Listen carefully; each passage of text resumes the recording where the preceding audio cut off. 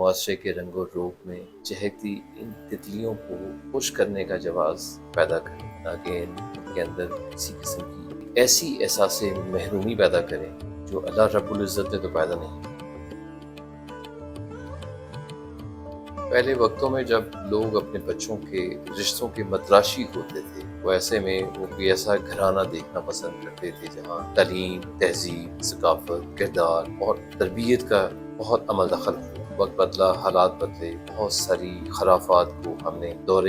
جدید کی ایک اہم ضرورت سمجھ کر نہ صرف اپنایا بھی بلکہ اس کو آگے بڑھانے میں بھی پورا کردار ادا کیا۔ چلے یہی ایک بات کا اضافہ کرتے ہیں، جگہ جگہ مختلف قسم کے بڑے بڑے بل بورڈز آپ دیکھتے ہیں جس پہ گورے رنگ والی دوشیزہ کو دکھا کر ایک کاسمیٹک کو بیچا جاتا ہے، اور یہ دعویٰ کیا جاتا ہے کہ گورے رنگت کا جو سب سے بہترین جو حل ہے وہ صرف ہمارے پاس ہے۔ میرا سوال صرف یہ ہے کہ جب اللہ نے انسان کو بنایا اور جس بھی رنگ و روپ میں بنایا اس کو اشرف المخلوقات کا درجہ دیا، تو ہم ایک نئی قسم کی خرافات کیوں بڑھاوا دے رہے ہیں؟ ہم اپنے معاشرے میں رہنے والی بچیوں کے دلوں میں یہ احساس کیوں پیدا کر رہے ہیں کہ اگر ان کے کمپلیکشن میں قدرتی سانولا پن ہے، اس کو ہم کیوں یہ ثابت کر رہے ہیں کہ جب تک وہ گوری رنگت والی نہیں ہوگی تو اس کو معاشرہ ایکسیپٹ نہیں کرے۔ بیٹیاں جو ہے نا وہ والدین کے دل کا ٹکڑا ہوتی ہیں، بیٹیاں جو ہے نا اللہ کی رحمت ہوتی ہیں۔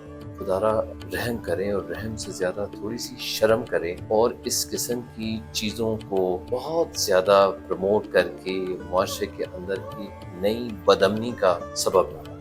مت کریں اس طرح سے، اور اپنی ذمہ داری کو سمجھیں۔ معاشرے کے رنگ و روپ میں چہکتی ان تتلیوں کو خوش کرنے کا جواز پیدا کریں، تاکہ ان کے اندر کسی قسم کی ایسی احساس محرومی پیدا کریں جو اللہ رب العزت نے تو پیدا نہیں کی،